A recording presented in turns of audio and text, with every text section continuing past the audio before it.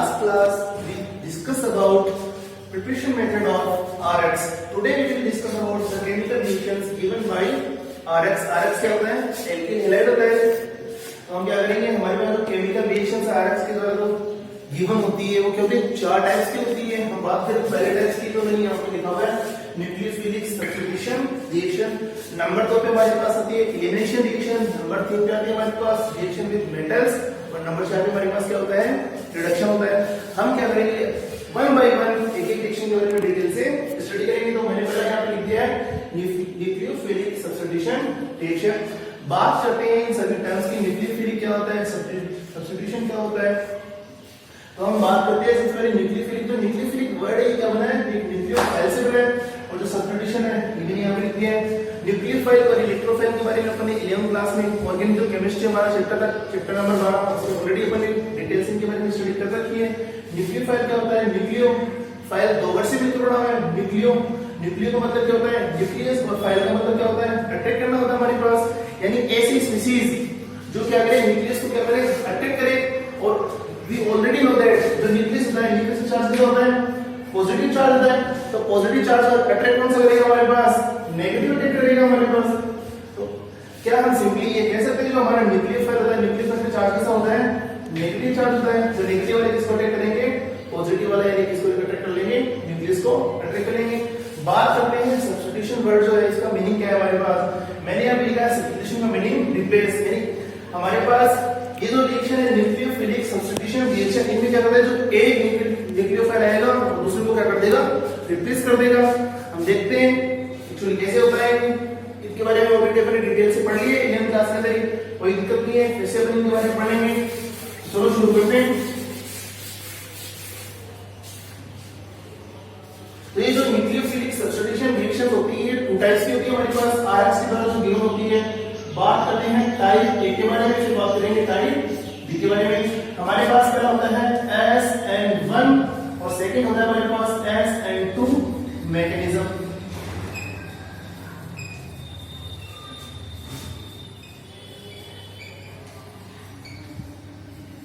यहाँ पे जो SN1 है और SN2 है इनका मतलब क्या हमारे पास? 1 का मतलब होता है यूनि और 2 का मतलब होता है बाई. तो हम इसके अंदर फुल फॉर्म लिखिए. यहाँ पे हो जाएगा हमारे पास यूनिमोलिकुलर न्यूक्लियोफिलिक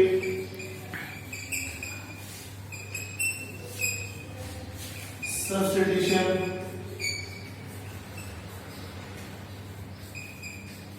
रिएक्शन. बात करें SN2 के बारे में, अभी मैंने बोला है 2 को क्या बोलेंगे? तो बाई, यहाँ पे जाएगा by molecular nucleophilic substitution reaction. यानी हमारे पास ये न्यूक्लियोफिलिक रिएक्शन होते हैं 2 टाइप्स के हमारे पास. एक होता है SN1 मैकेनिज्म, एक होता है हमारे पास SN2.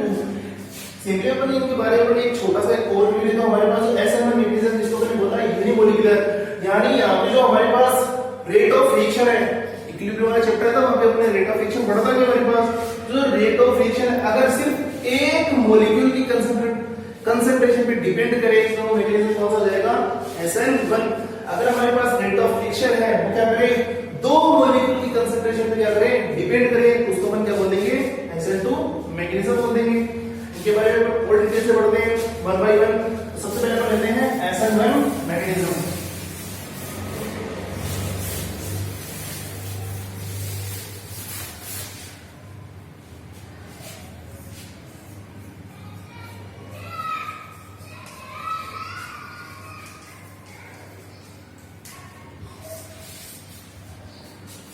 बात करते हैं स्टूडेंट जो हमारी SN1 मैकेनिज्म है ये कैसे कंप्लीट होती है. तो मैं यहाँ पे लिखता हूँ कि जो SN1 मैकेनिज्म है हमारे पास जो SN1 रिएक्शन है ये क्या होती है? 2 स्टेप्स में क्या होती है? कंप्लीट होती है.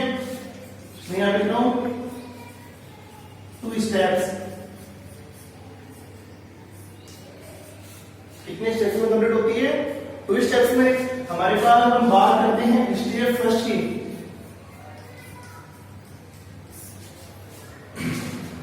देखते हैं जो हमारी SN1 मैकेनिज्म है कितने स्टेप्स में कंप्लीट होती है?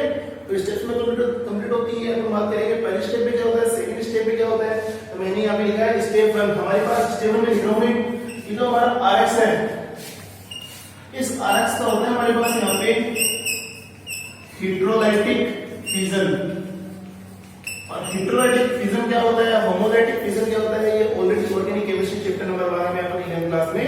पढ़ चुके हैं, पर फिर से इनके बारे में नॉलेज दे देंगे कि होमोलैरिटी क्या होता है और हेटेरोलैरिटी क्या होता है। मैं यहाँ पे नॉर्मल लिख लेता हूं।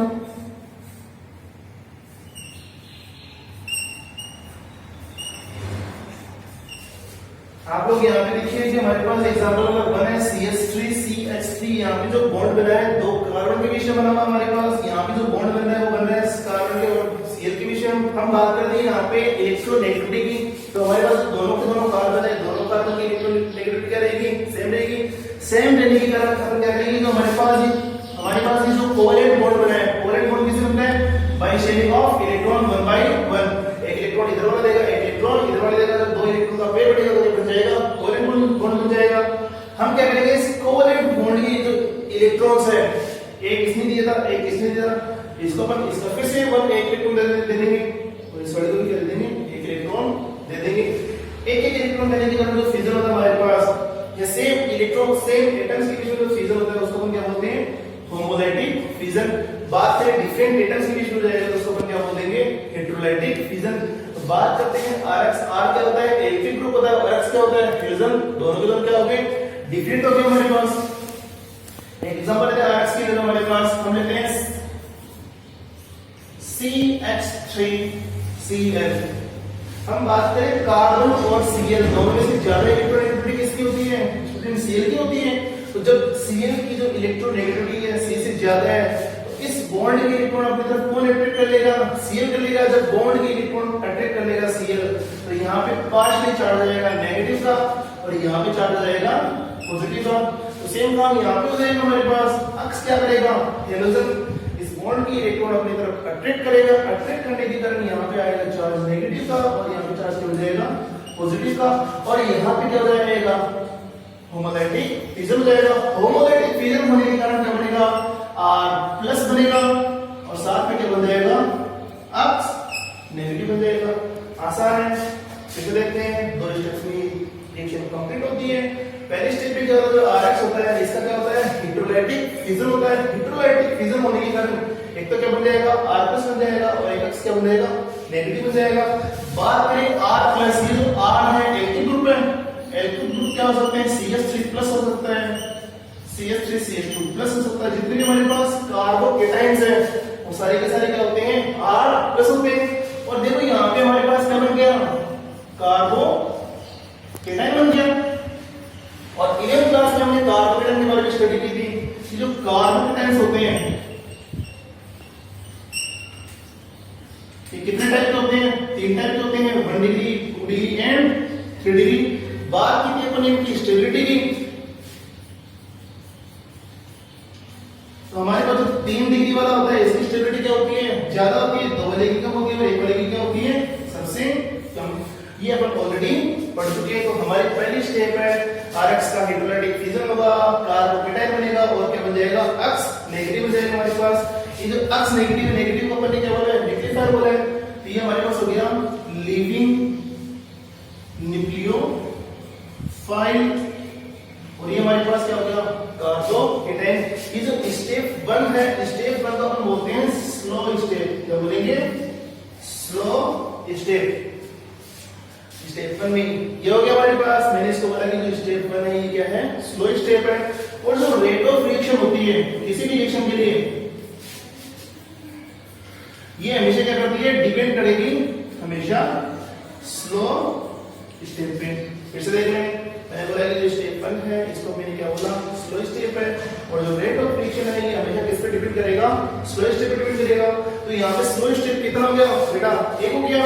और यहाँ पे जब एक स्टेप है स्लो, और यहाँ पे जो ये मॉलिक्यूल है सिर्फ कौन सा है, RX है। और कितने मॉलिक्यूल है, एक मॉलिक्यूल है। एक मॉलिक्यूल होने के कारण इसको मैंने क्या बोला, यूनिमॉलिक्यूलर न्यूक्लियोफिलिक सब्स्टिट्यूशन रिएक्शन। मैंने बोला स्लो स्टेप है, रेट ऑफ रिएक्शन डिपेंड करेगी स्लो स्टेप पे। हमारे पास जो रेट ऑफ रिएक्शन है, rate of reaction proportional concentration of RX। क्योंकि स्लो स्टेप में सिर्फ क्या काम है, RX काम है, तो इसकी कंसंट्रेशन में रेट ऑफ रिएक्शन क्या करेगा, डिपेंड करेगा। यहाँ पे हमारे पास जो RX है ये वाला सिर्फ एक मॉलिक्यूल है, एक मॉलिक्यूल होने के कारण इसमें क्या हो गया, that's why this reaction is called unimolecular nucleophilic substitution reaction. मेरे को लग रहा है कि आप लोगों को क्या कि जो हम पढ़ रहे हैं SN1 पढ़ेंगे अपन, ये क्या होगा आपको धीरे धीरे समझ में आएगा। कि थोड़ा ये लगने में हार्ड होता है पर बहुत ज्यादा इजी होता है। यहाँ से इस ईयर जो 2020 का हमारा केमिस्ट्री का पेपर हुआ है, यहाँ से हमारे पास क्या है इस SN1 मैकेनिज्म क्या है क्वेश्चन है 2 मार्क्स का। ये आसान है, लगने में हार्ड है वो आसान। इसको फिर से अपन कर लेंगे। तो हमने पहले स्टेप में पढ़ लिया है, अब अपन बढ़ते हैं सेकंड स्टेप के बारे में।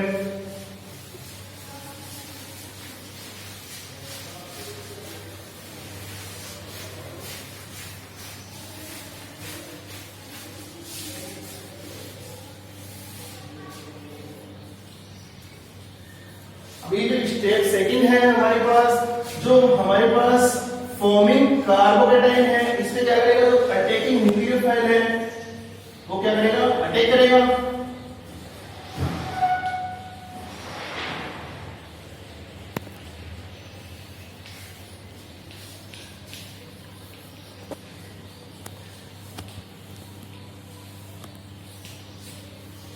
इसे देखते हैं हम, जो हमारा स्टेप 2 है, स्टेप 2 में हमारे पास क्या बनता, कार्बोकेटाइन बनता। इस कार्बोकेटाइन में क्या करेगा, अटैकिंग न्यूक्लियोफाइल जो NU नेगेटिव है ये क्या कर देगा, इसे अटैक कर देगा। प्लस माइनस आपस में ऐड करेंगे और क्या बना देंगे, RNU। NU यहाँ पे क्या है, न्यूक्लियोफाइल। हमारे पास जो स्टेप 2 है इसको अपन बोलते हैं फास्ट स्टेप। क्या बोला मैंने इसको, फास्ट स्टेप। कहने का मतलब फास्ट स्टेप क्यों बोला, ये जो R है ये क्या है, कार्बोकेटाइन। और अभी हमने पढ़ा है कि जो कार्बोकेटाइन की स्टेबिलिटी होती है वो क्या होती है, 3 बड़े की ज्यादा होती है और 1 बड़े की क्या होती है, सबसे कम। 3 वाला ज्यादा रिएक्टिव हो जाएगा हमारे पास, तो 1 वाला क्या हो जाएगा, लेस रिएक्टिव। तो बात करें बेटा, हमें एक एग्जांपल है यहाँ पे।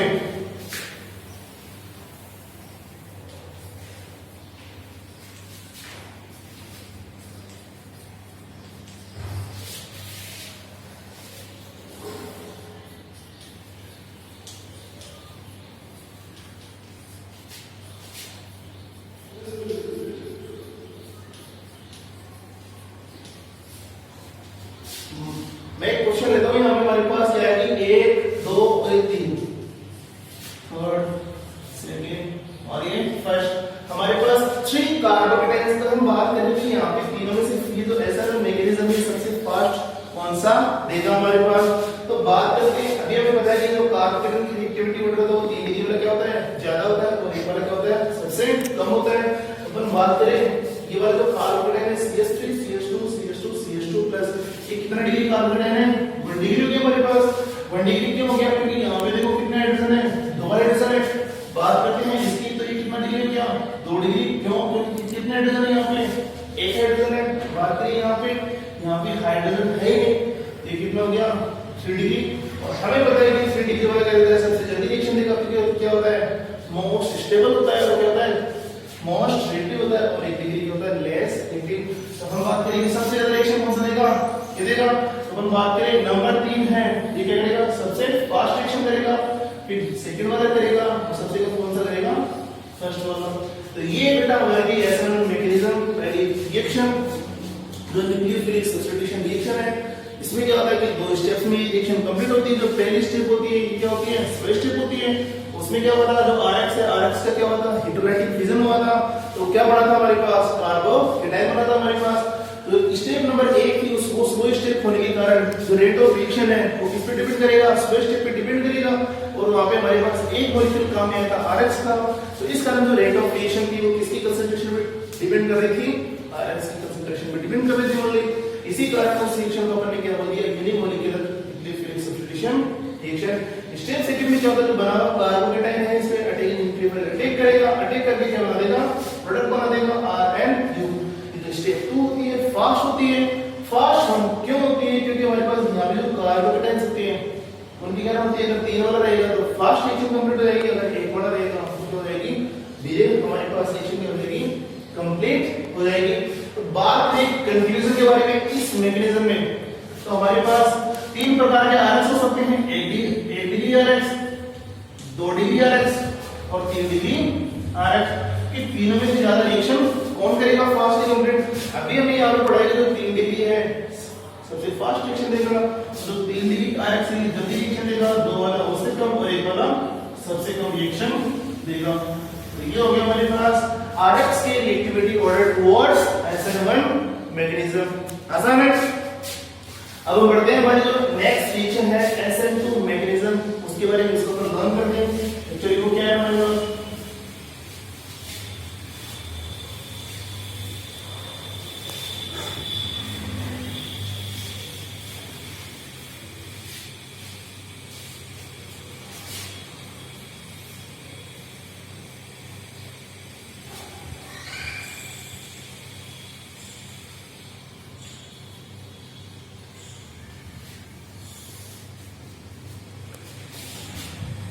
मैं थोड़ा बहुत यहाँ पे लिख देता हूँ, फिर हम उसको क्या कर लेंगे, बंद कर लेंगे। स्टूडेंट्स हम क्या करते हैं, जो SN2 मैकेनिज्म इसके बारे में हम स्टडी करते हैं। हमारे पास बात करते हैं SN2 की। जो SN2 मैकेनिज्म होती है, इसका SN2 नाम क्यों पड़ा है? कि यहाँ पे S का मतलब है सब्स्टिट्यूशन, N का मतलब है न्यूक्लियोफिलिक और 2 का मतलब हमारे पास यहाँ पे बाइमोलिक्यूलर। बाइमोलिक्यूलर का मतलब क्या हो गया? ये जो रिएक्शन है, इस रिएक्शन का जो रेट ऑफ रिएक्शन है वो क्या करेगा? 2 मॉलिक्यूल्स की कंसंट्रेशन पे क्या करेगा? डिपेंड करेगा। 2 मॉलिक्यूल की कंसंट्रेशन पे डिपेंड करने के कारण इसको क्या बोला गया है? SN2 mechanism. अब इसको अपन पढ़ते हैं एक्चुअली कैसे होता है क्या। तो मैंने यहाँ पे लिखा था SN2 मैकेनिज्म, पहला पॉइंट मैंने लिखा है कि जो this reaction completes in one step, यानी कितने स्टेप्स में कंप्लीट होती है? एक स्टेप में कंप्लीट होती है। और मैंने बोला कि हमारे पास ये 2 है, 2 का मतलब यानी बाइमोलिक्यूलर। जब मैंने स्टेप ए ही बोल दिया, स्टेप 1 होने का मतलब तो स्टेप 1 होगा, ये क्या हो जाएगा? स्लो स्टेप हो जाएगा। एंड वी नो दैट जो रेट ऑफ रिएक्शन होगा वो किस पे डिपेंड करेगा? हमारे पास स्लो स्टेप पे क्या करेगा? डिपेंड करेगा। बिकॉज़ स्लो स्टेप क्या होता है? रेट डिटरमाइनिंग स्टेप होती है। तो अपन बात करते हैं एक्चुअली क्या होता है, फिर आगे बढ़ते हैं। No intermediate form. इंटरमीडिएट का मतलब क्या होता है? कि कार्बोकेटाइन बन गया, कार्बोकेनाइन बन गया। तो यहाँ पे किसी प्रकार का कोई कार्बोकेटाइन कार्बोकेनाइन नहीं बनेगा। यहाँ पे सिर्फ क्या बनेगा? No intermediate forms in this reaction, only transition state occurs. यहाँ पे क्या बनेगा? ओनली ट्रांजिशन स्टेट बनेगा। वो एक्चुअली कैसे बनता है उसको अपन देखते हैं। सबसे पहले हमारे पास लेते हैं हम RX।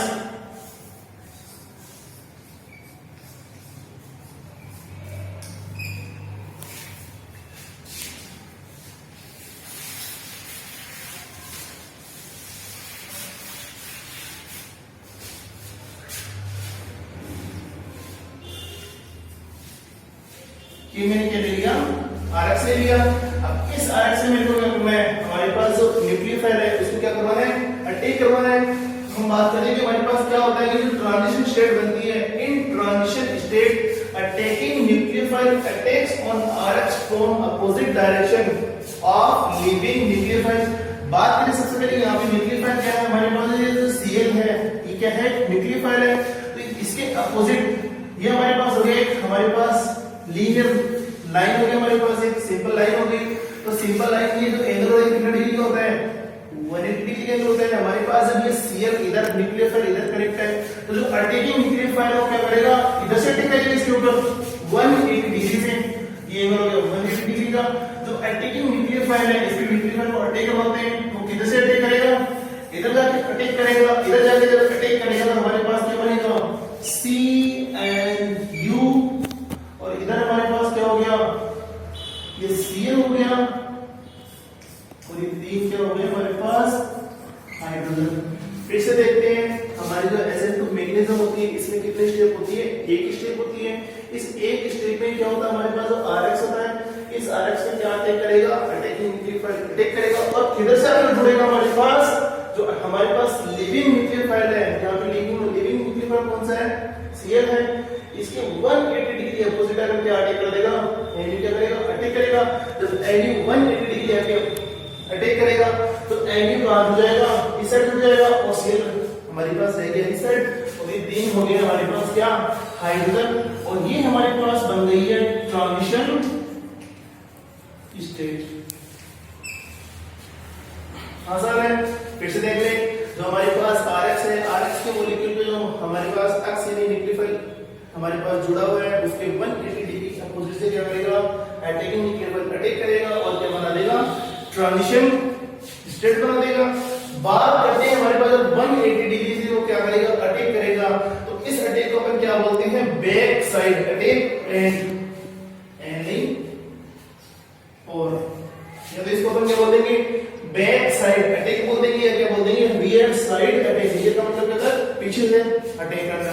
तो ये पीछे से अटैक कर रहा है, सामने से तो कर नहीं रहा है, तो इसको अपन क्या बोलते हैं, बैक साइड अटैक और रियर साइड अटैक। अब मैंने बोला ये जो स्टेप हमारे पास हो गई है, ये कितने स्टेप है, एक स्टेप है, और ये स्टेप क्या है, स्लो स्टेप है। और अभी हमने ऐसा नहीं पढ़ा है कि जो स्लो स्टेप होता है, किसी भी क्या करता है, जो रेट ऑफ रिएक्शन डिपेंड करेगा। इस स्लो स्टेप में देखो यहाँ हमारे पास दो मॉलिक्यूल काम में है, एक तो आ गया RX का और एक आ गया NU का। तो हमारे पास इस रिएक्शन के लिए जो हमारे पास रेट ऑफ रिएक्शन होगा वो क्या करेगा, concentration of RX and concentration of NU minus दोनों पे क्या करेगा, डिपेंड करेगा। एक मॉलिक्यूल ये हो गया, एक मॉलिक्यूल ये हो गया, 1 + 1 कितना हो गया, 2 हो गया। 2 होने के कारण ही इस मैकेनिज्म को क्या बोला गया है, बायोमोलिक्यूलर न्यूक्लियोफिलिक सब्स्टिट्यूशन रिएक्शन। अब हमारे पास जब ये स्टेप कंप्लीट हो गया, यहाँ पे क्या बन गया, ट्रांजिशन स्टेट बन गया। हमने बोला कि जो ट्रांजिशन स्टेट क्या होती है, अनस्टेबल होती है। अनस्टेबल होने के कारण क्या करेगी, यहाँ से हमारे पास Cl है जो लिविंग न्यूक्लियोफाइल है, यहाँ से क्या करेगा, लीव करेगा। लीव करेगा जब ये हमारे पास यहाँ से, तो हमारे पास क्या बन जाएगा, NuCH3 ये बन जाएगा हमारे पास। अब आप लोग क्या करेंगे, ये हमारा एक में यहाँ पे फिर से अपना जो रिएक्टेंट है उसको लिखता हूं मैं अच्छे से यहाँ पे।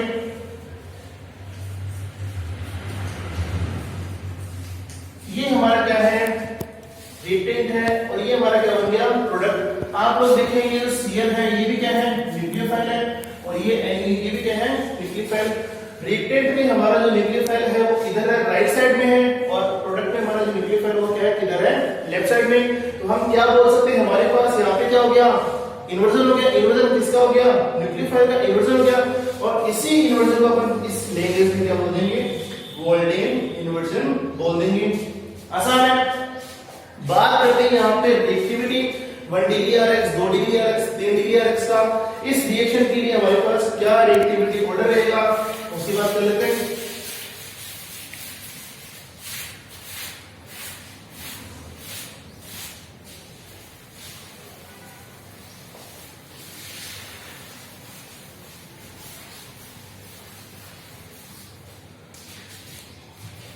बेटा आप लोग देखिए यहाँ पे हमारे पास एक बना था transition state, HCl।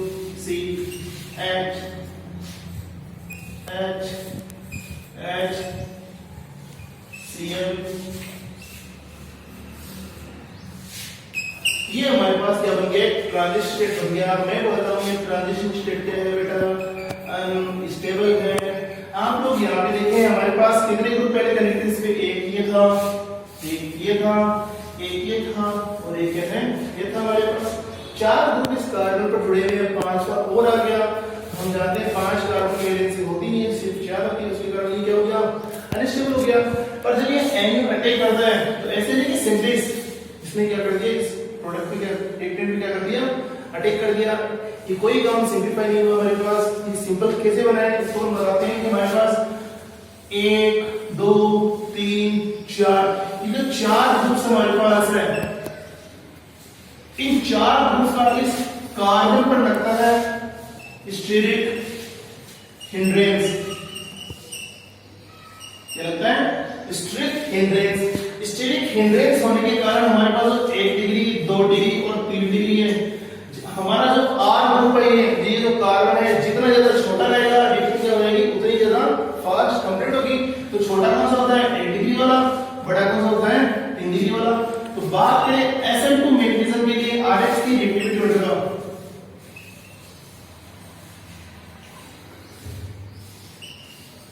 RX reactivity order towards SN2 magnesium हमारे पास स्टीरिक हिंड्रेंस होने के कारण 1 डिग्री क्या करेगा, सबसे तेज रिएक्शन देगा, और 3 वाला क्या करेगा, सबसे नेगेटिव देगा। अब हम क्या करते हैं, जो SN1 और SN2 है इन दोनों को क्या करते हैं, कंपेरेटिव स्टडी करते हैं।